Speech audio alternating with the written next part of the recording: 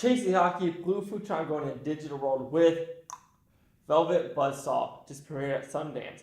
I'm very super hyped for this movie since that trailer came out. It just looks like a crazy art satire movie with some crazy Final Destination scenes in it of deaths, and it just looks balls to the wall zany. And I liked Nightcrawler, same director, and Jake Gyllenhaal. So let me go watch Velvet Buzzsaw, not you know what I think of the movie. Let's get buzzing, yo.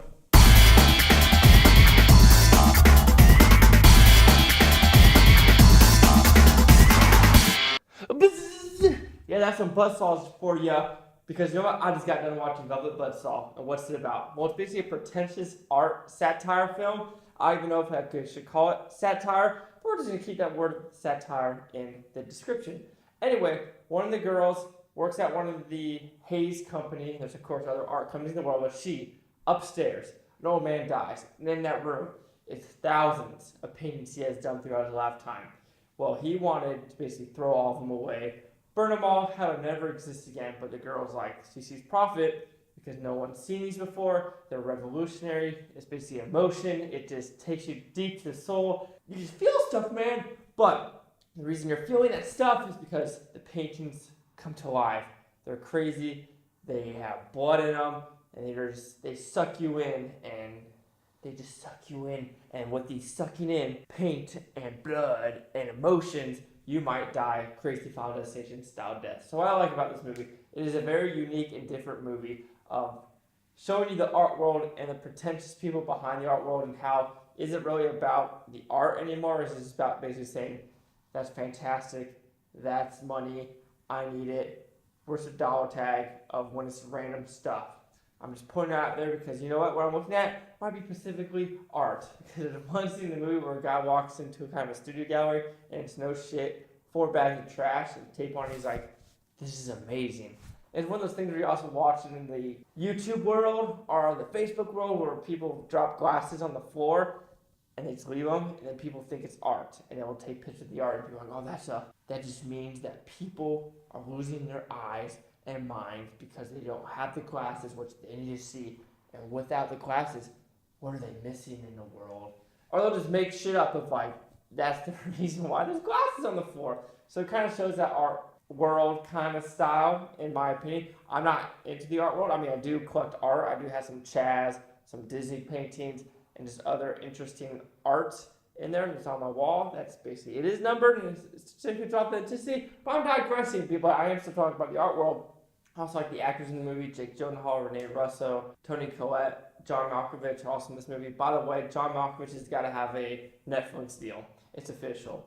This movie does take you twists and turns of interesting aspects and interesting scenarios they want you to go through. Like the last 30 minutes of the movie, I enjoyed it because it went quirky and crazy. Even though a lot of it didn't make sense to this movie. This is one of those trailers where you watch the trailer, you're like, this looks fantastic. I need to see this movie now. And it just comes out that the trailer is better than the movie, bar none.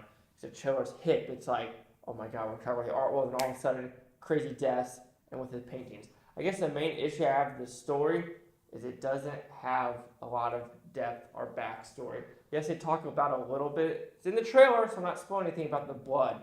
And they do have a little flashback scenes, but it doesn't really explain the blood or who this guy really is. Yeah, they talk about his past and how he had a bad past and stuff like that, but it really doesn't translate to how his bad past has moved into these paintings. Is it those emotions he was painting with the blood of I don't know whose blood it is? Was that making the paintings come to life? Or why was the paintings coming to life? Because there's also some paintings in this movie where they weren't his and they were still coming to life. Or if it was his, I don't know how it got in that scenario, or what supernatural element is causing all of this. I think that's what it is. I know it keeps you guessing of like the hobo man, where you see in the trailer, he's like, I could save your life. And a lot of stuff like that, we're just like, where are we going? There's a lot of little subplots too that are there to be there. It makes sense, but some of it feels fillerish, and that's another problem in the movie. A little bit too much filler of the subplots and not enough of the real plot of what's actually happening, and wanting to know the blood, the emotion of the guy, and why this is happening, like what supernatural elements, and just why. Why are people going crazy and rooms collapsing on them or rooms randomly showing up? Is it just a mental psychological thing? Or how are some of these people dying? I understand some of them, but some of them you're like, doesn't make sense. How did that guy get there? Why did that happen to her? How did he die like that? Where did the robot man come from? And just random questions that maybe the director doesn't care. Just Netflix is like, here's some money, beep, beep, make your movie, beep, beep. But Buzzsaw, it's a fun movie to look at. I like the actors in this movie.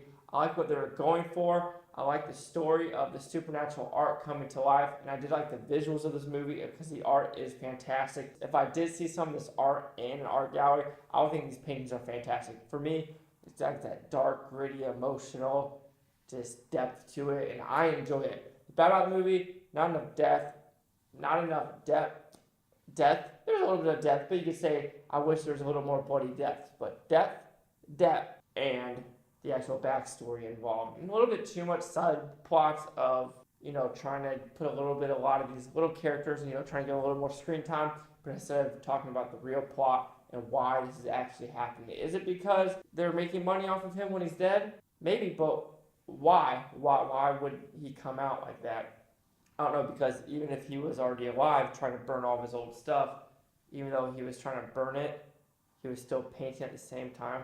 So I don't know. Like I said, it's a lot of what ifs in this movie, but Velvet Buzzsaw will receive a 3 out of 5 blue futons equals to 60%. The whole movie kept me entertained of what it was going for, but still I'd give it a positive because I think it's worth watching because of the actors and the actual difference this movie actually shows. And it's this uniqueness. It is a very unique movie, but I think the director has missed some strokes on the canvas, and it's just the color palette is just not matching up for the whole final product. It would be a 60% in the art world. But let's see what the critics and user scores gave this movie. Alright, so we have a 67 from the critics, a 59 from the user scores, and here's the critic consensus. If you only watch one art world satire with horror overtones this year, or most others, it should probably be Velvet Buzzsaw. Well, since there's probably only going to be one art satire of horror ever made in our lifetime, this would be the movie. It also doesn't explain why they call it Velvet Buzzsaw. They say it a couple times in the movie, but overall you're just like, why? I mean, it's a great name. Don't get me wrong, because you're like, Velvet Buzzsaw, that sounds sweet. But they don't really explain why it's called Velvet Buzzsaw. But have you seen it on Netflix? Do you agree with my 60%? The user score 59, or the critics 67? Chase seconds, Blue Futon. Like, comment, subscribe. Let me know what you think about this Blue Futon Utopia. You Blue Futonians. Thank you for watching. Have a great day. Since this did premiere at Sundance a couple weeks ago, have you been to Sundance? I really want to go to Sundance for one of these years. That's my goal, is just, see these crazy movies and gymnasiums. And because it's a small town, they bring Hollywood to a very small Utah town. And I think it would be a fun, dynamic of watching movies. But hey, Velvet Buzzsaw. I do wish I had talent of arting, talent of arting. Paint. I just draw a stick man. Bloop, bloop.